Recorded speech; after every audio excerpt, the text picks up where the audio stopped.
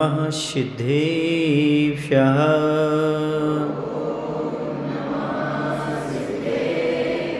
ॐ नमः सिद्धेभ्यः।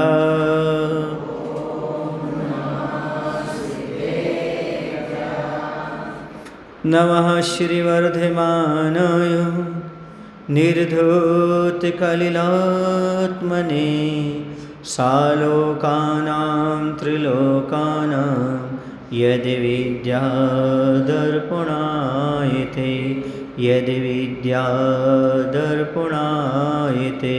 बोले अहिंसा परमो धर्म की। देवाय देव श्री आदि ब्रह्मा आदिनाथ भगवान की।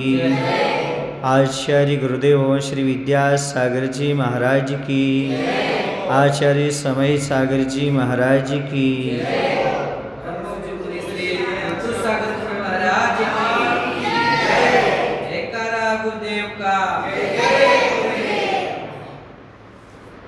धर्म प्रेमी बंधो, युग के आदि में जब भोग भूमि का समापन और कर्म भूमि का उद्भव हो रहा था, भोग भूमि के समय कल्प वृक्ष होते हैं तो लोगों को आजीविका के साधन नहीं जुटाना पड़ते।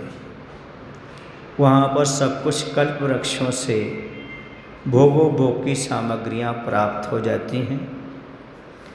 10 प्रकार के कल्प वृक्षों से सबको सब प्रकार की सामग्रियाँ प्राप्त हो रही थीं, लेकिन काल चक्र के अनुसार काल परिवर्तन हुआ और वहाँ पर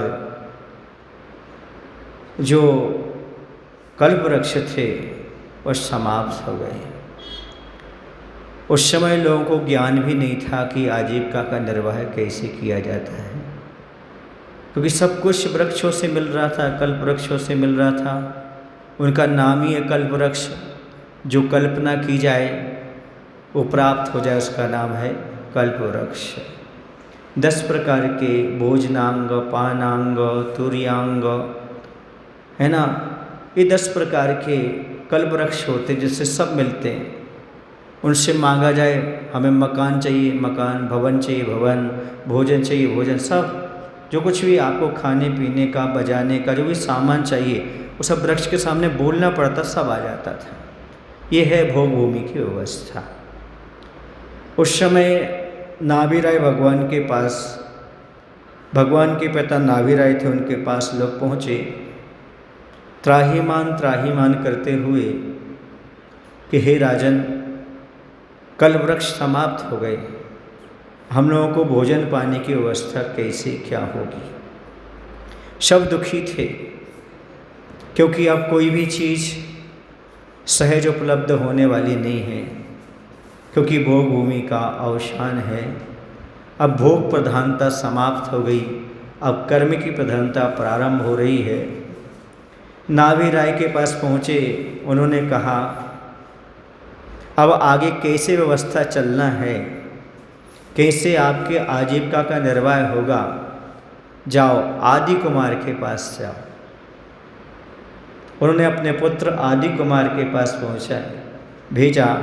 सब लोग वहाँ पर पहुँचे। उन्होंने आदि कुमार से निवेदन किया, हम आजीविका का निर्वाह कैसे करेंगे, कैसे जीवन को हम टिका कर रखेंगे, कैसे स्वस्थ रहेंगे। हमारे स्वास्थ्य का, हमारे आजीविका का साधन बताने की कृपा कीजिएगा।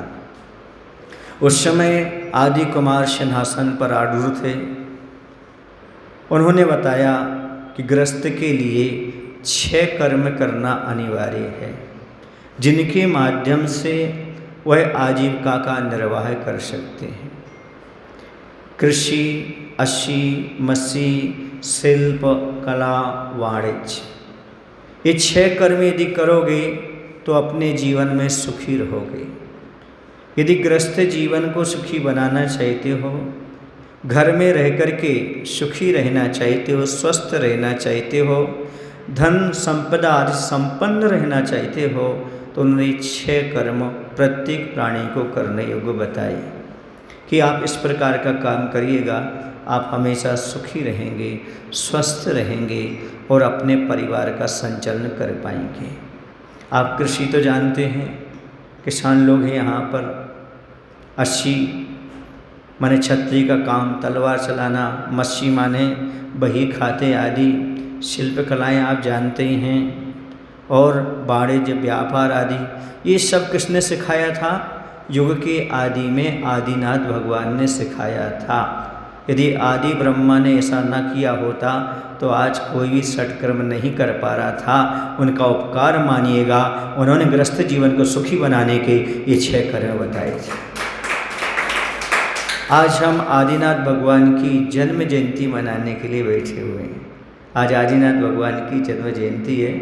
चूँकि आप दक्षिण में हैं इसलिए यहाँ कैलेंडर में थोड़ा फर्क रहता है, लेकिन उत्तर के कैलेंडर के अनुसार आज क्या है? आदिनाथ भगवान की जन्म जयंती है। हम आदि ब्रह्मा आदिनाथ की जन्म जयंती मना रहे हैं।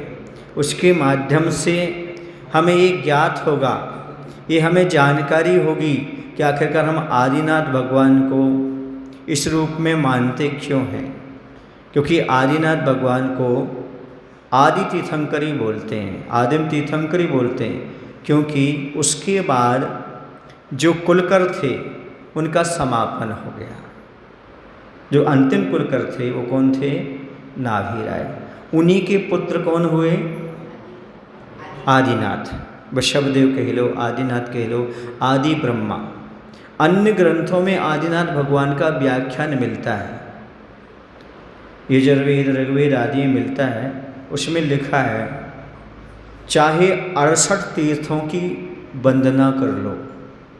कहाँ लिखा? अन्य ग्रंथों में लिखा है, जैन को छोड़ करके 68 तीर्थों की वंदना करने से जितना पुण्य प्राप्त होता है उतना मात्र आदि ब्रह्मा आदिनाथ के एक बार दर्शन करने से पुण्य की प्राप्ति हो। ऐसे आदिनाथ भगवान को समझने की आवश्यकता है, जिनके पुत्र भरत चक्रवर्ती के नाम पर आज इस देश का नाम भारत देश पड़ा है। ऐसे आदिनाथ भगवान का हम जन्म कल्याणक मनाने के लिए वहाँ बैठे हुए हैं। तो उन्होंने हमें 6 कर्म बताए गृहस्थ जीवन को सुखी और समृद्ध बनाने के लिए। यदि किसान होगा अनाज मिलेगा, अनाज नहीं होगा तो कहाँ से जीवन चलने वाला है। इसलिए नारा चलता आजकल, जय जवान जय किसान, ऐसा चलता ना। देश के सैनिक भी जरूरी हैं, जवान भी जरूरी हैं देश की रक्षा के लिए, और अंदर जीव का पालन करने के लिए किसान भी जरूरी है। इसका उपदेश किसने दिया? आदि ब्रह्मा आदिनाथ भगवान ने दिया था, जिनको आज हम स्मरण कर रहे हैं। ऐसे यदि आदिनाथ भगवान हमारे पास नहीं होते या हमने उनका दर्शन नहीं किया होता, समझ आ रहा ना, तो या उनका हमारे लिए उपदेश नहीं मिला हुआ होता तो आज कोई भी व्यक्ति आजीविका के साधन को नहीं जान पा रहा होता। इसके बाद जब उनको वैराग्य हुआ, वैराग्य होने के उपरांत वैराग्य का भी एक कारण मिला उनको। वैश्व स्वयंभू थे, बिना किसी के उपदेश से आत्मकल्याण करने वाले थे, फिर भी सामान्य सा निमित्त उनको मिला, उन्होंने आत्मकल्याण में अपने जीवन को लगा दिया। उस समय एक और नीलांजना को प्रस्तुत किया गया। वो क्यों किया गया? क्योंकि महापुरुषों का नियोग होता है, एक समय होता है, समझ आ रहा ना।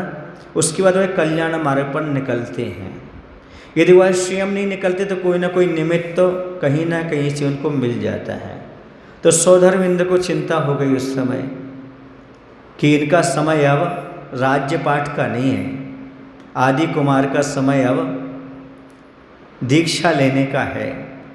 तो उन्होंने एक नाटक रचा, नीलांजना के नाम से नृत्य चला, और एक नीलांजना समाप्त होकर के दूसरी नीलांजना को प्रकट कर दिया। आम पब्लिक इसको नहीं देख पाई, लेकिन आदि कुमार को ये भास हो गया कि मृत्यु कभी भी आ सकती है अब मुझे इस राजपाठ आदि में नहीं पढ़ना चाहिए। और उन्होंने क्या किया, उस समय सब कुछ छोड़ करके और दीक्षा धारण करके आत्मकल्याण में प्रवृत्त हो गए।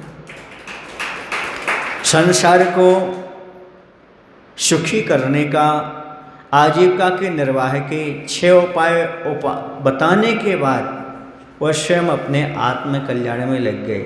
लेकिन उन्होंने ये नहीं बताया, क्या नहीं बताया, यदि आपके यहाँ मुनिराज आएंगे तो क्या करोगे आप, क्योंकि ये उपदेश नहीं दिया उन्होंने। अभी लोगों ने उपदेश क्या पूछा था, मात्र हम अपने आजीविका का निर्वाह कैसे करें, ये मात्र उपदेश था। समझ आ रहा ना। अब चूंकि आदिनाथ पैतम तीर्थंकर थे और भोग भूमियाँ समाप्त हुई, उसके बाद कोई मुनिराज हुए नहीं।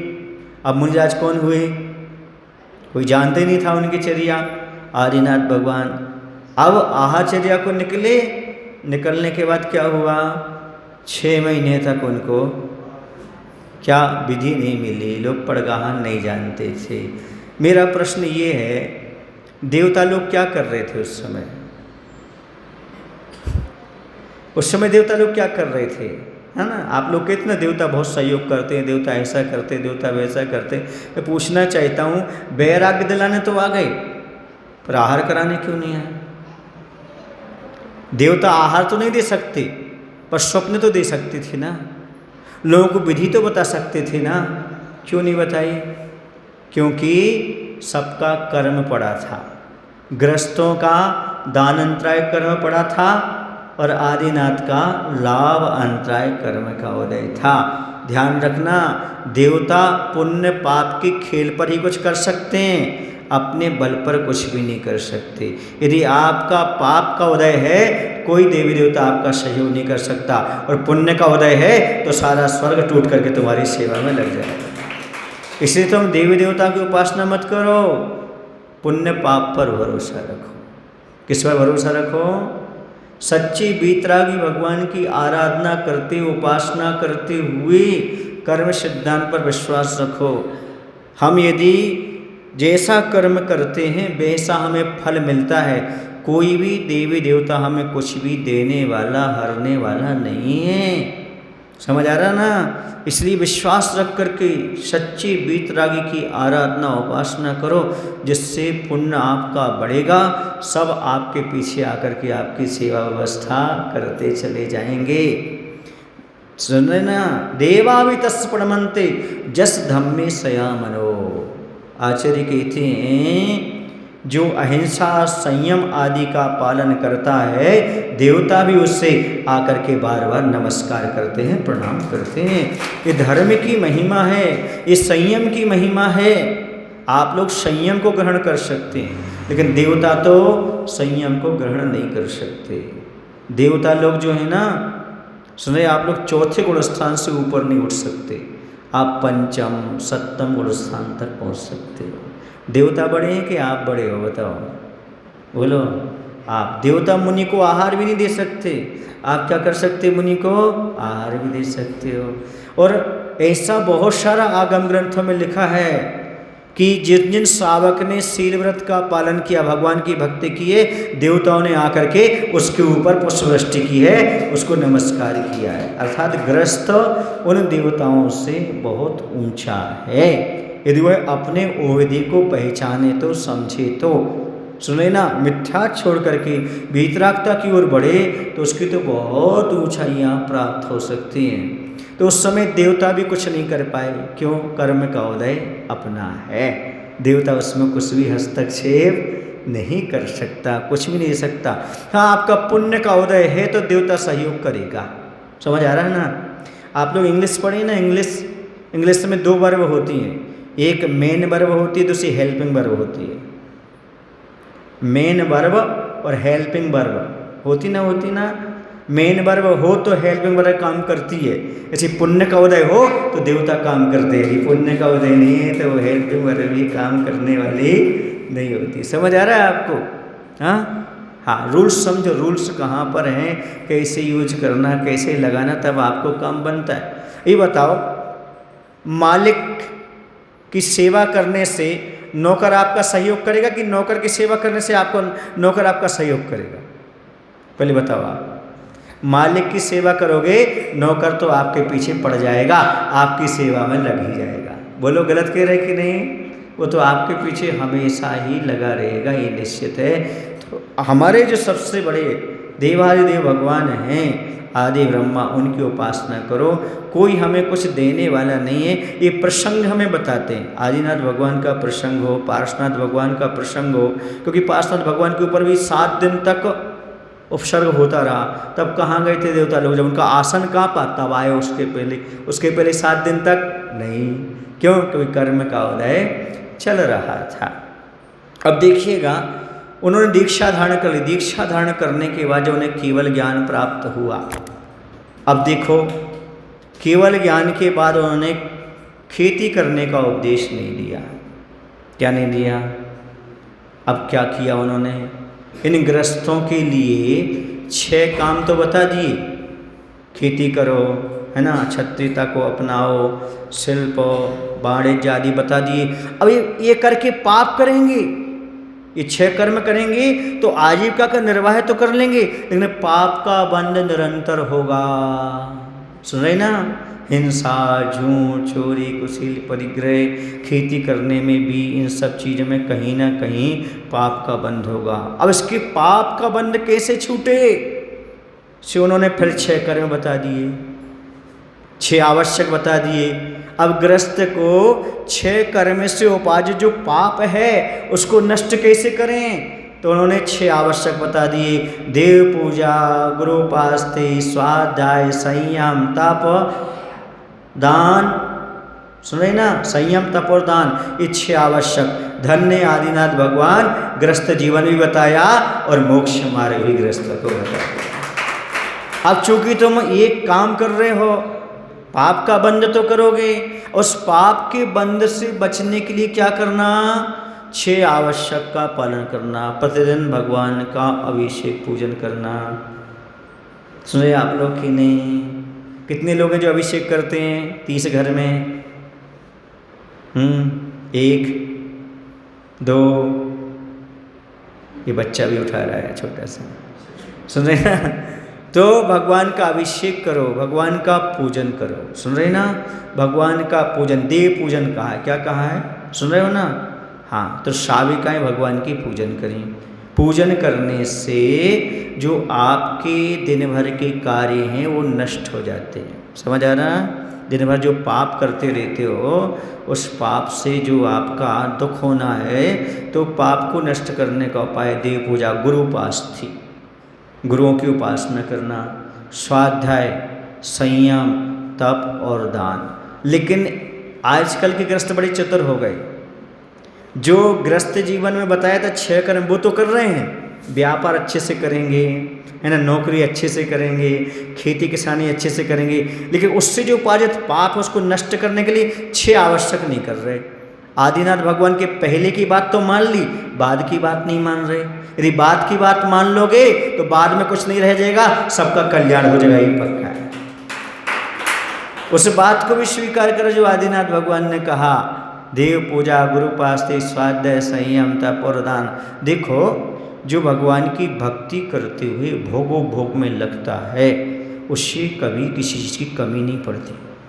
जो दान देते हुए भोजन करता है, अन्य कार्य करता है, उससे कभी किसी चीज़ की कमी जीवन में नहीं पड़ती। समझ आ रहा ना?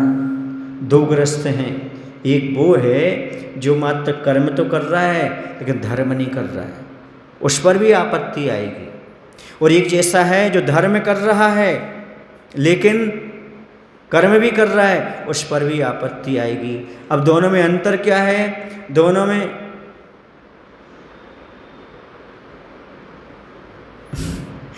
में अंतर ये पड़ जाएगा दोनों में कि एक पर आपत्ति जिस पर आएगी, जो धर्म नहीं कर रहा है उस पर आपत्ति तो आएगी और रोएगा, वो दुखी होगा, परेशान होगा।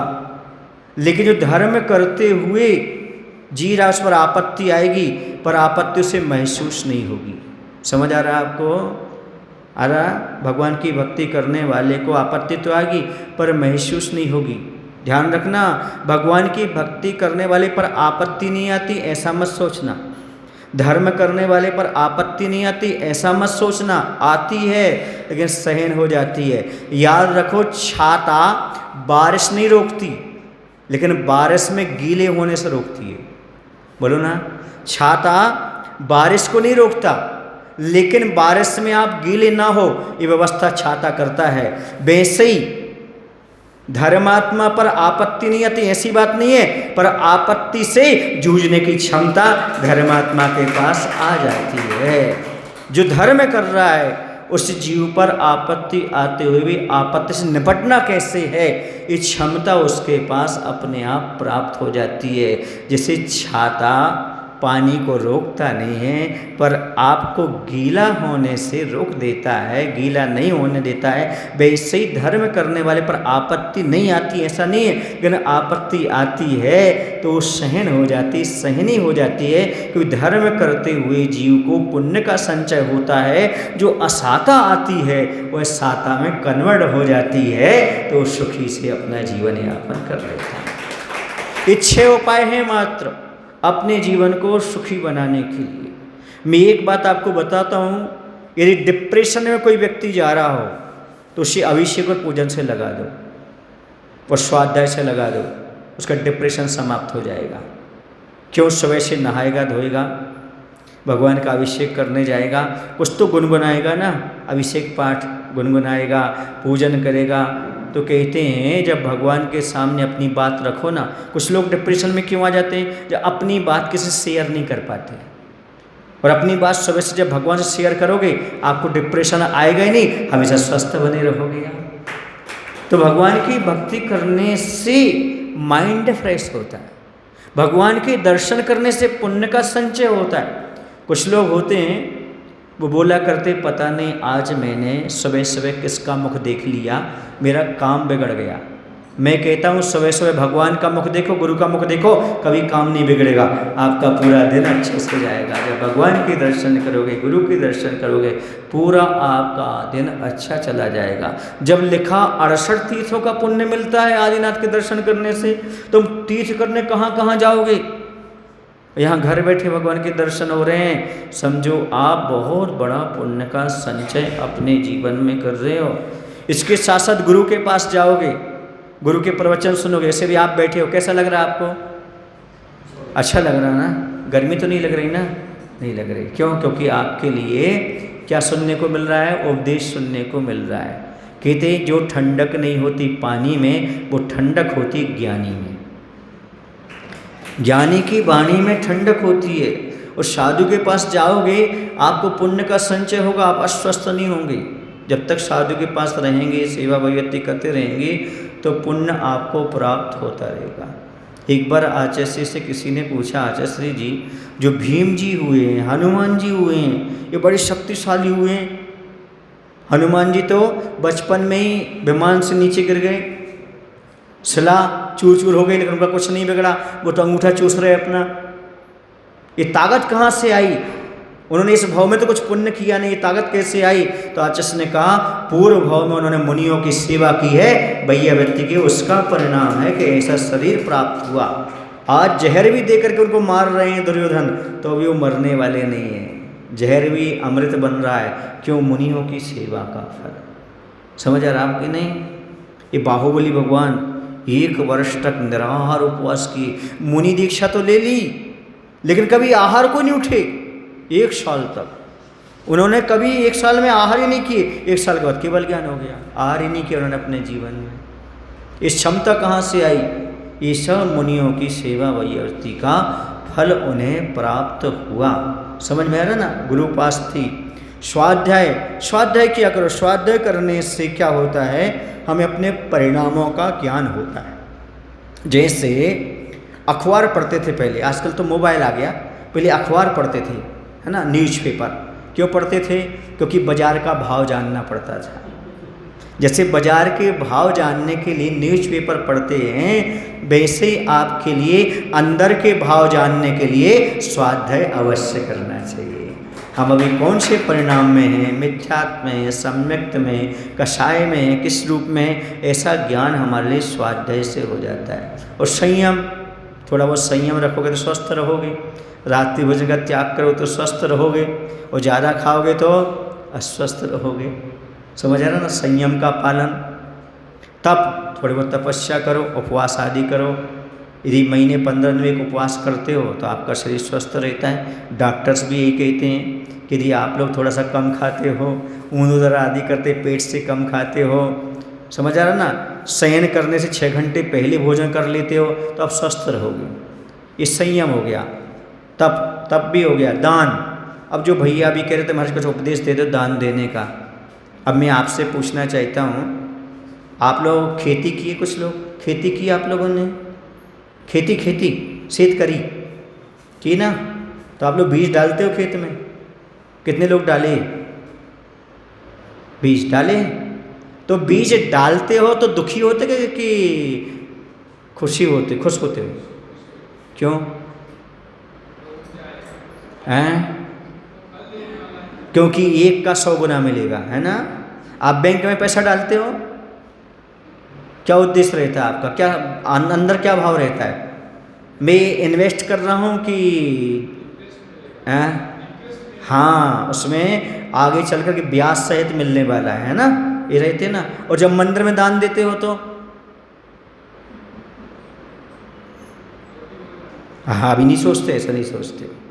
जैसे खेत में बीज डालते हुए किसान खुश होता है कि ये एक बीज 100 दाना देगा, जैसे बैंक में पैसा जमा करते हुए इतने वर्ष बाद इतना ब्याज बढ़ेगा, ऐसा श्रद्धान रखते हो, वैसे ही मंदिर में दान देते समय अनंत गुना फल देगा, ऐसा श्रद्धान रखा करो। अच्छा, बैंक में पैसा जमा करते हो कि खर्च करते हो? जमा करते हो। खेत में बीज खोते हो कि बोते हो? हाँ, बोते हो। बोना बोलते कि खोना बोलते हो?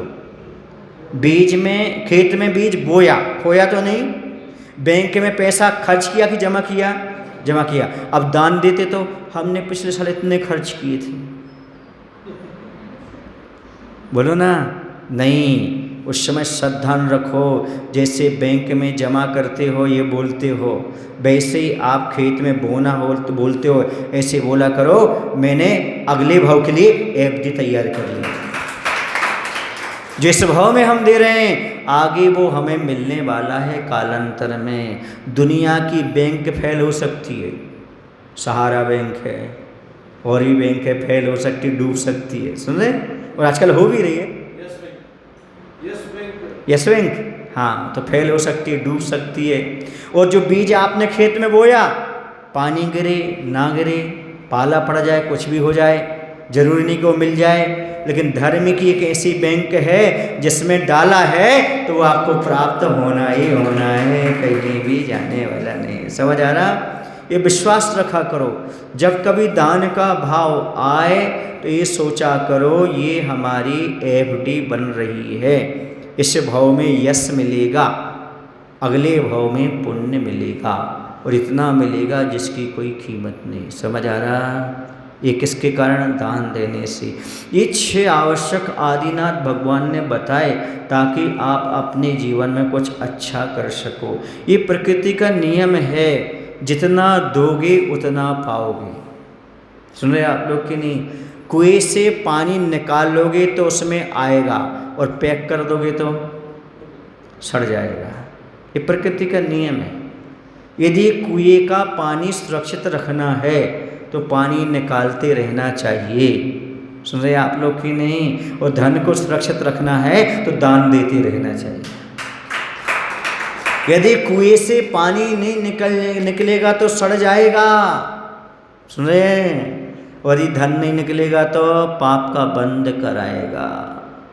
पद्मनंदी पंचविंशति का ग्रंथ में लिखा हुआ है कि जो ग्रस्त का धन दान में गया वो ही उसके लिए कल्याणकारी है, बाकी जितना धन है वो कर्म बंध का कारण है। चाहे वो मकान बना रहा हो, चाहे भोगो भोग की सामग्रियाँ लगा रहा हो, चाहे कुछ भी इन्वेस्ट जहाँ भी कर रहा हो, समझ लेना वो सारा पाप कर्म का बंद करा रहा है। एकमात्र पुण्य का संचय कराता है दया के क्षेत्र में, परोपकार के क्षेत्र में, मंदिर निर्माण में, मुनि दान में। जहाँ जहाँ ये आपका पैसा लग रहा है समझो ये ही आपका पैसा है, बाकी सब कर्म का बंध कराने वाला है। ऐसा स्पष्ट रूप से लिखा है।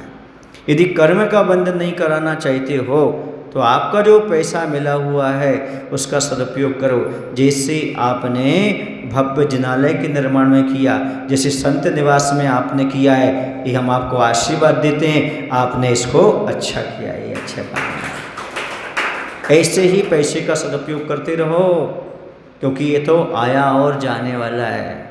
सुने, 4 बातें सुना करके अपनी बात को कहूँगा। पहली बात ये कहूँगा कि जो पैसा होता है, क्या होता है? पैसा जो होता है, यदि आपने उसको भोग लिया समझते हो, भोगों में लगा लिया, खा पी लिया, मकान बना लिया, है ना, तो ये अंग लगेगा, दिखेगा कि आपने खाया है। खाने पीने वाले आदमी को अंग लगता है। ये कहते हैं ना भैया, ये खाता पीता, देखो कितना मोटा दिख रहा है, ये खाता पीता है। सुन रहे ना, ऐसा बोलते हैं। तो क्या हुआ रितेश, अच्छे खाते पीते घर के दिख रहे कि नहीं? हाँ, तो भोग लिया तो क्या होगा? भोग लिया तो अंग लगेगा, दान दिया तो संग चलेगा। भोग लिया तो अंग लगेगा, दान किया तो संग चलेगा, प्रभाव में चलेगा। सुन रहे आप लोग कि नहीं? पड़ा रहा तो जंग लगेगा, और यदि तू उससे ममत्व बनाए रहा तो मर करके भुजंग बनेगा। नहीं आया समझ में? हाउ, कन्नड़ में हाउ बोलते, सांप। भुजंग माने सांप, पर उसी खजाने में आकर बैठ जाएगा, मेरा पैसा, ऐसा पैसा। आपको क्या करना? अंग लगाना, संग ले जाना, जंग लगाना या भुजंग बनना। एज यू लाइक केनेलू। क्या करना आपको? भुजंग बनना, जंग लगाना, अंग लगाना, संग ले जाना, तो दान कर दो। जितना आपके पास है दान करते जाओ, तो उससे आपका संग भी जाएगा। इस भाव में यश मिलेगा, पुण्य बढ़ेगा और कार्य होंगे, बहुत सारे लोग उससे लाभान्वित भी होंगे। जैसे आपने धर्मशाला का निर्माण किया, मंदिर का निर्माण किया, उसमें लोग आकर के ठहरेंगे, भगवान के दर्शन करेंगे, मुनियों के दर्शन करेंगे, तो इस भाव में भी सदुपयोग होगा, पुण्य बढ़ेगा, आगे भी काम आएगा। समझ आ रहा? तो क्या करना है? 4 में से कौन सा अच्छा है? संग ले जाना, पक्का? तो आज से शुरू कर दो। जिनने दान न दिया हो वो दान की प्रक्रिया अपनाना प्रारंभ कर लो। समाज के काम भी अच्छे होंगे, सहयोग भी होगा और साथ में भी जाएगा। जैसे बीज डालने का अर्थ डालना नहीं, बोना है। इसी पर खोना नहीं, बोना है। इसी का दान का अर्थ है खर्च करना नहीं, प्रभाव की व्यवस्था करना है। ऐसा श्रद्धांजलि जिस दिन तुम्हारे अंदर आ जाएगा, मैं कहता हूँ आप बिना मांगे दान देने लगेंगे। आपको कुछ भी नहीं कहना पड़ेगा, अपने आप दान देंगे। जैसे समय आता है तो आप ये नहीं सोचते बाजू वाला बीज बो रहा, नहीं, जैसे ही बाजू वाला बोता है आप भी बीज बोते कि नहीं बोते हो? कि इंतजार करते? कोई बोले भैया बीज बोलो, बीज बोलो, आप इंतजार करते रहते कब बतर आएगा, कब समय आएगा और मैं बीज बोलूँ। इंतजार करते कि नहीं करते? बोलो भाई, करते हो ना? इसी प्रकार से दान देने का खोजना चाहिए। कब समय आए और मैं दान करूं, कब वक्त आए जैसे दान करूं। जैसे आप लोग अभी हमारे पीछे पड़ गए थे एक दिन पहले, महाराज जी हम लोग को आहार दान का अवसर मिलना चाहिए, मिलना चाहिए, मिलना चाहिए। ये तो आपको विश्वास है कि मुनि को दान देने से हमारा कल्याण होने वाला है, वैसे मंदिर धर्मशाला में दान देने से कल्याण होगा, ऐसा ही विश्वास पैदा करो। दान क्रिया नहीं है, गृहस्थों के लिए दान धर्म बताया है। दान और पूजा मुख्य धर्म बताए हैं, ये धर्म है। यदि 6 कर्म कर रहे हो, उन 6 कर्म को नष्ट करना चाहते हो तो अपने जीवन में 6 आवश्यक का पालन करो। कौन कौन से 6 आवश्यक बताए? देव पूजा, गुरुपास्थि, स्वाध्याय, संयम, तप और दान। ये 6 आवश्यक का पालन प्रत्येक जीव को करना चाहिए। प्रतिदिन कहा है, आप रोज दान करते हो क्या? रोज पूजन करते हो क्या? भोजन तो रोज करते हो, कमाते तो रोज हो, बोलो ना। तो रोज कमाते हो तो रोज दान करना चाहिए कि नहीं करना चाहिए? अच्छा, कोई कहता है जब कमाते हो कि अपनी शिक्षा से कमाते हो? हाँ, तो दान भी करना पड़ता है। जैसे आपको कमाना पड़ता है, ऐसा नहीं है। कुछ लोग ऐसे हैं कि जीवन भर बैठ के खा सकते हैं, पर्याप्त है उनके पास, पर क्यों कमाना पड़ता है? ऐसे बहुत सारे लोग हैं, उनके पास इतना है पैसा बैंक में या प्रॉपर्टी है कि पूरा जीवन 2-4 पीढ़ियां भी बैठ के खा सकते, कुछ ना कमाए तो भी, फिर भी कमा रहे हो। वो नहीं कमा पाएंगे क्या? वो सब अपंग होंगे क्या? जैसे आपके पास पैसा होने के बाद भी आप कमाते हो, वैसे मंदिर में जरूरत ना हो तो भी आपको धर्म समझ करके दान अवश्य करते रहना चाहिए। समझ आ रहा ना?